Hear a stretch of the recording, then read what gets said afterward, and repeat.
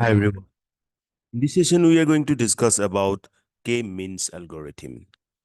K-means algorithm is one famous algorithm in the area of unsupervised learning techniques.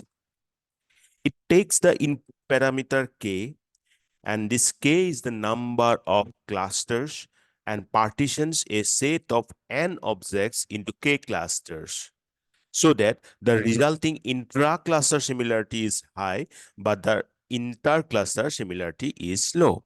So K means here K we have to provide, and this K is actually the total number of cluster that we want our n data points or n objects to be partitioned. And while doing such partitions or division, we have to maintain two properties. First, high intra-cluster similarity, and next one is less inter-cluster similarity. Now, high intra-cluster similarity means the values within a, means the data points within a will show high similarity, means their homogeneity is very high, but the values or data points belong to two different clusters, they will show less similarity among them. Okay, among themselves, they will have less similarity, or you can say less homogeneity. Now, what are the steps involved in K-means algorithm?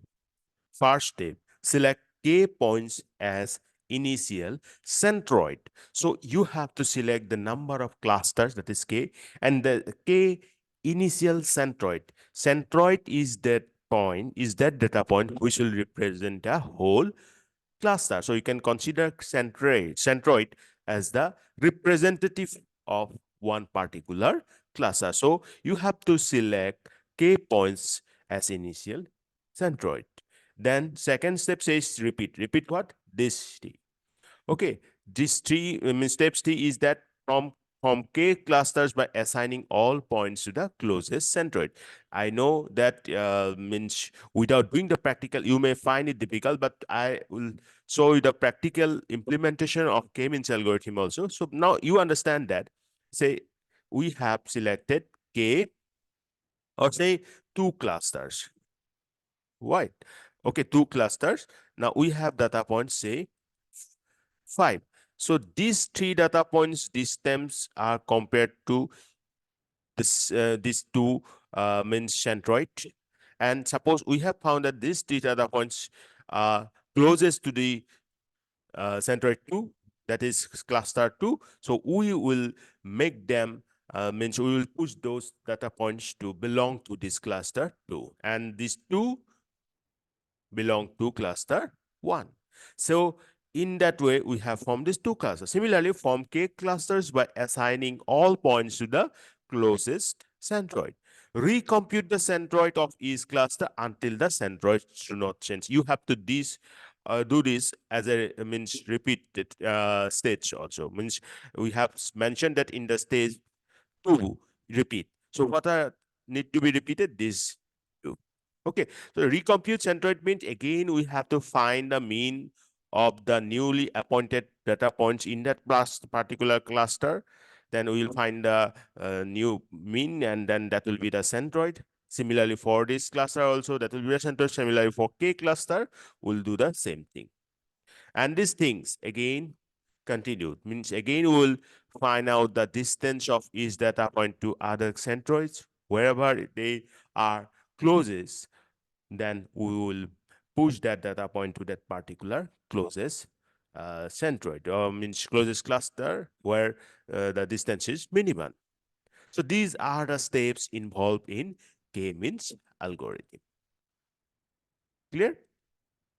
So if we saw the means flowchart of this algorithm, so start, number of clusters, centroid, right? Distance objects to centroid, then grouping based on minimum distance, right? If it will be stopped when no object move, means no objects move, means no data points now moving to the other means clusters. Then in such cases, what happens that each data points are now in their accurate position, or in their accurate means cluster, means that is the cluster they should belong. because we have calculated the distance to the other cluster centroid also. We have found that the current cluster one is the minimum one, so we no need to move the data points. So that's how we can draw the flowchart. I'm repeating again: start, number of clusters k, centroid, k centroid, distance objects to each of the centroid, grouping based on the minimum distance. These things are repeated until no objects move to different group. Then n. Okay, I hope clear. Now this algorithm aims at minimizing, just a minute. Okay. This algorithm aims at minimizing an objective function, and that objective function in this case is the squared error function. The equation of the objective function is that j goes from 1 to k, as we are selecting k cluster, I goes from 1 to n, as we have n data points. So xi j minus cj square. So what does exactly it means? That we try to find out that this particular means the squared error function should be having a minimum value. This means that this will be minimum when the data points are rightly belonging to a particular cluster. Rightly belong means the cluster, they should belong as far as this minimum distance is concerned. So they are now at that particular cluster. So we don't need to again move for next iteration. Well, now, in the next class, next class, we are going to discuss about one main important part of this algorithm: distance measurements in K-means algorithm. By default, we take Euclidean distance matrix to calculate this distance, but we will go through several other options and we try to find a better one. And that better one, obviously, with relevance to the, or with respect to the data sets we have selected. Okay, properties of the data is the major fact here. Now, I think in this class, what we have discussed, that what is K-means algorithm, how it works, the steps involved, and the flowchart, everything is clear to you. And the objective function of course, the squared error functions. So now, if you have any doubt in this particular cluster, then let me know. Thank you. Bye-bye.